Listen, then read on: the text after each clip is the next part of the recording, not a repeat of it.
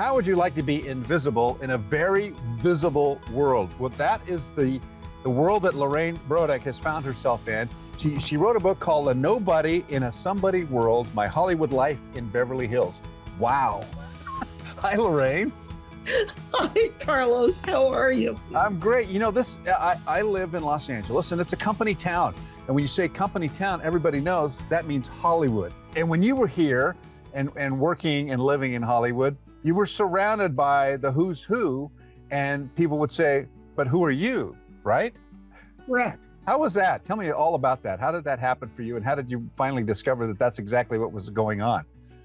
Well, you know, when you grow up and you're born and raised there, my husband and I were both born in Hollywood Presbyterian Hospital. That was about the only hospital there. Different mothers.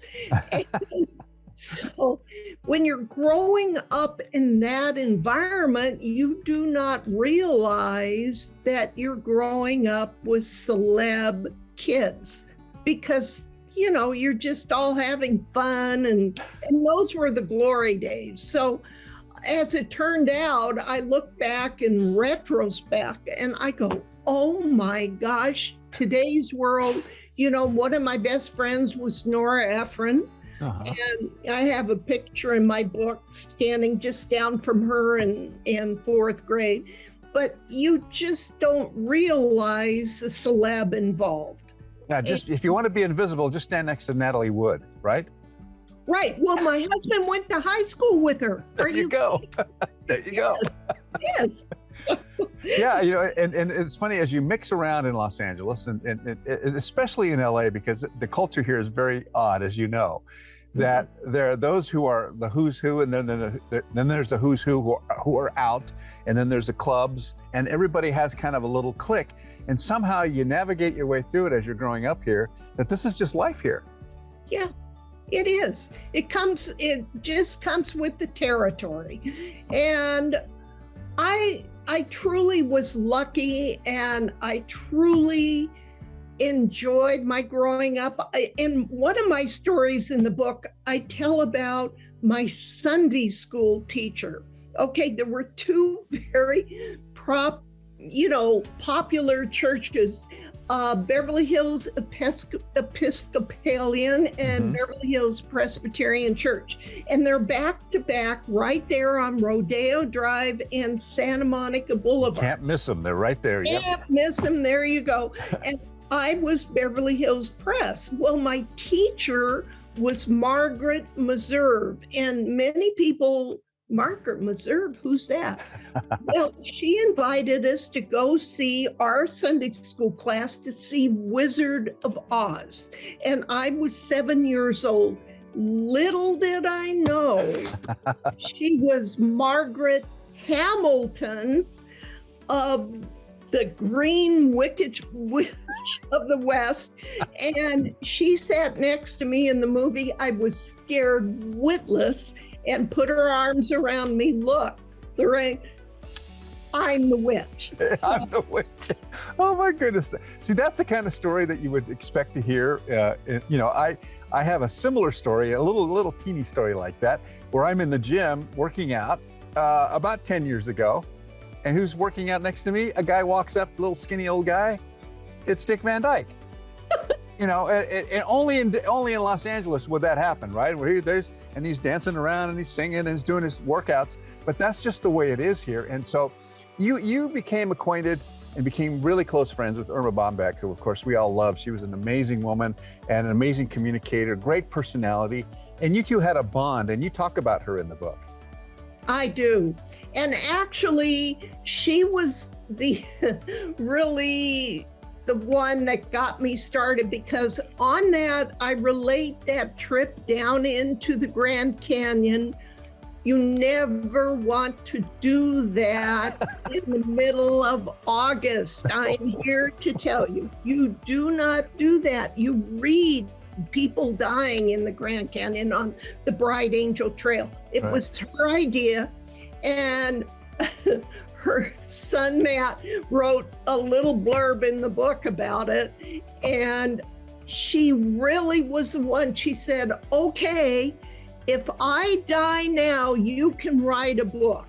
So she gave me permission. Fortunately, by the luck of God, we did not die. We survived. But it was quite a trek, and it's something, it was pretty funny in retrospect. Well, she had a great sense of humor. Her sarcasm was incredible. What didn't she write something like, they're going to write about me that Erma Bombeck died on the trail with some unknown writer or something like that? Well, we were lying under a rock. Truthfully, we were lying under a rock. There could have been rattlesnakes there, Oh, there yeah. could have been scorpions skittering. And we lay there, and she said, okay, I can see the headlines now. Little unknown person dies on trail with famous humorist and TV celeb. So that was her obit. Oh, that's hilarious. You know, those are the moments that you just cherish. And you had dozens and dozens of moments, which of course you recount in the book called A Nobody in a Somebody World, My Hollywood Life in Beverly Hills. And a lot of people think Hollywood and Beverly Hills are one and the same. And back then, when you were in your formative years, that really was the case. They were all kind of mixed together, right? They were. That Hollywood sign loomed over all, right? Was it good or was it bad? Was it a good experience or bad experience? How do you rate that? I would say in my years of growing up, it was the best of times. It really was. It was fun. It was easy. You were safe. I would walk along Wilshire Boulevard, if you can imagine, at 6 years of age, going to first grade. No way would you let a young daughter walk Wilshire Boulevard to go to first grade. So it was fun, it was exciting, and a good friend of my parents was Jimmy Stewart. Now that's the problem with my book. There are some names that the kids today are going to go, who? Who is Jimmy Stewart? Hollywood's golden years. Dick Van Dyke. I spoke to a high school recently. I asked the class, have you heard of Mary Tyler Moore? Have you heard of Dick Van Dyke? Not one. No hands went up. And it's kind of sad in a way, but it does bring it home that these were historical times, really. Absolutely. Rodeo Drive used to have a horse trail. You could ride horses up and down in the middle of it up to the Beverly Hills Hotel. Yeah, Wow. It did.